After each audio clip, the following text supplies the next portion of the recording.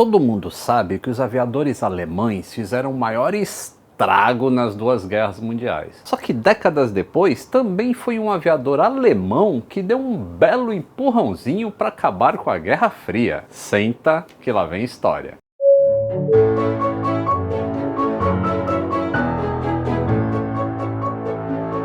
Saudações aeronáuticas, tudo bem com vocês? Lá em 1987, o mundo ainda estava meio dividido em...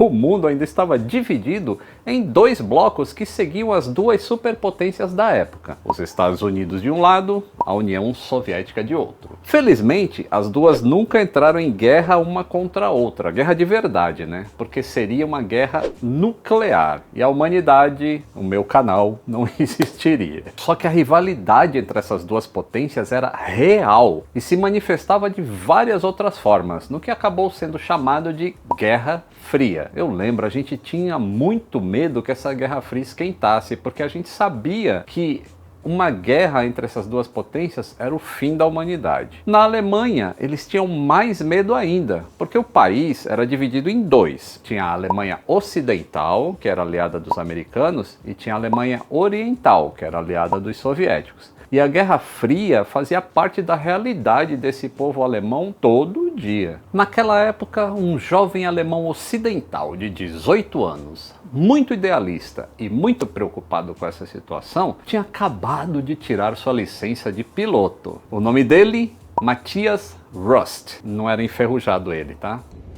I understood that reference. Ele morava numa cidadezinha perto de Hamburgo, onde tinha um aeroclube. Ele não tinha avião, mas ele alugou um e resolveu sair de férias dele. Era um Cessninha 172. Que é o monomotor mais vendido da história da aviação. Aposto que você achou que o 737 era o avião mais vendido, não é? Mas não é não. O 737 é o avião comercial mais vendido da história. Só que o Cessninha vendeu 45 mil unidades. Se eu não me engano, o 737 é 8 mil e pouco. Mas enfim, o Matthias então decolou do seu aeroclube e foi primeiro para as Ilhas Faroe, um pequeno arquipélago que pertence à Dinamarca, mas fica ao norte da Escócia. É um lugar de tirar o fôlego de tão bonito que é, cara. De lá ele foi para a Islândia e pouco tempo antes, justamente na Islândia, tinha acontecido uma reunião de cúpula entre o presidente dos Estados Unidos, que na época era o Ronald Reagan, e o presidente soviético Mikhail Gorbachev. Eles estavam tentando diminuir o arsenal atômico dos dois países e dar um pouco mais de tranquilidade para a humanidade, né? A Islândia foi o local de várias dessas reuniões, porque fica mais ou menos no meio do caminho entre Washington e Moscou. Até nisso eles tinham rixa para ver quem que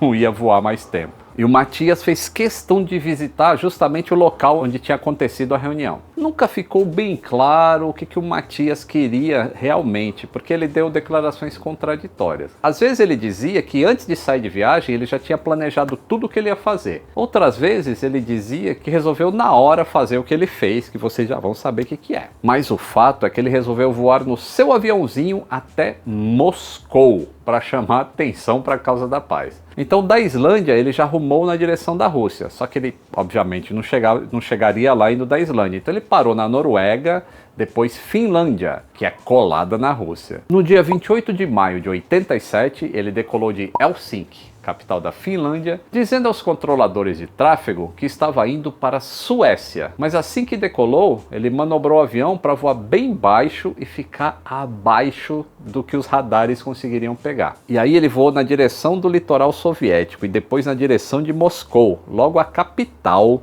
da temível superpotência comunista. No trajeto até Moscou, ele foi avistado. Também apareceu no radar várias vezes, porque, tá invadindo o espaço aéreo da União Soviética. Só que ninguém fez nada. Mano, como é que o cara entra num espaço aéreo de outro país assim, ninguém pega ele, mano?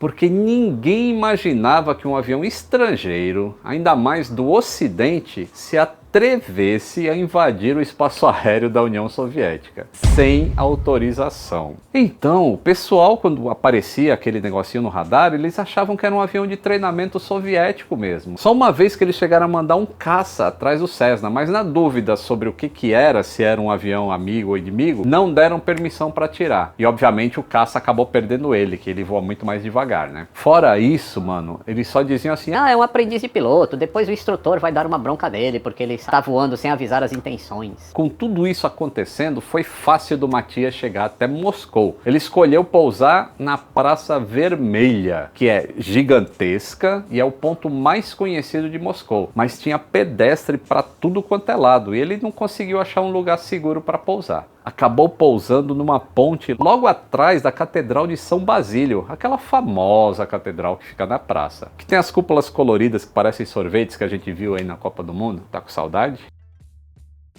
Ele teve muita sorte. Nessa ponte passava uma linha de trolleybus, né? Trolleybus são ônibus elétricos. E tinha um monte de fio elétrico suspenso. Mas justamente naquele dia, os fios tinham sido retirados para manutenção. E a ponte estava livre para ele pousar. Vocês acham que ele foi preso imediatamente? Ele ainda desceu do avião, andou calmamente pelas ruas, conversou com as pessoas que tinham visto o pouso, tirou foto com turistas lá na praça e só foi preso 2 horas depois. Daí se passaram 3 meses e ele foi julgado por comportamento antissocial, por desrespeitar as leis da aviação e, é claro, invadir o país. Foi condenado a 4 anos de trabalhos forçados, provavelmente lá na Sibéria, né? Mas nunca transferiram ele da prisão comum onde ele estava para o campo de trabalhos forçados. Menos de 1 ano depois, ele acabou sendo solto e mandado de volta para a Alemanha Ocidental, porque o Reagan e o Gorbachev finalmente se entenderam num tratado de limitação de armas nucleares. E o Gorbachev achou que era uma boa ideia libertar o piloto como um gesto de boa vontade para o Ocidente, né? Nessa época, o Gorbachev estava tentando liberalizar o regime comunista da União Soviética, com as políticas chamadas de glasnost, que era basicamente mais liberdade de fazer críticas, e a perestroika, que era uma reorganização da economia para ficar mais eficiente, inclusive com um pouco de iniciativa privada, que antes era totalmente proibida no regime fechado mesmo comunista. Ninguém tinha feito isso antes na União Soviética, e é claro, os comunistas da antiga estavam tendo uma de uma resistência, principalmente nas Forças Armadas. Mas só que o vexame que eles passaram com a facilidade com que o Matias chegou até Moscou foi um ótimo pretexto para o Gorbachev demitir um monte de militar contrário a ele e ficar mais livre para fazer as reformas. Isso acabou acelerando o fim do comunismo lá na União Soviética e a queda do Muro de Berlim, pouco mais de 1 ano depois. Então, o Matias queria fazer só um gesto simbólico, mas ele acabou conseguindo coisas muito mais importantes do que isso. Depois disso que aconteceu, o Matias teve uma vida muito tumultuada. Parece que ele não batia muito bem da cabeça, não. Ele foi preso porque ele esfaqueou uma moça que não quis namorar com ele. Depois ele se converteu ao hinduísmo para se casar com uma indiana. Foi preso de novo porque ele furtou a blusa de uma loja. Hoje ele está aí com 50 anos e trabalha no emprego comum num banco. O avião dele está hoje exposto no Museu Alemão de Tecnologia lá em Berlim. Eu vi. E aí, o que vocês acham? Vocês acham que um maluco beleza assim de vez em quando é necessário para que haja mudanças no mundo? Então deixa o seu comentário aí. Um grande abraço, não esquece do joinha no vídeo e até o próximo vídeo.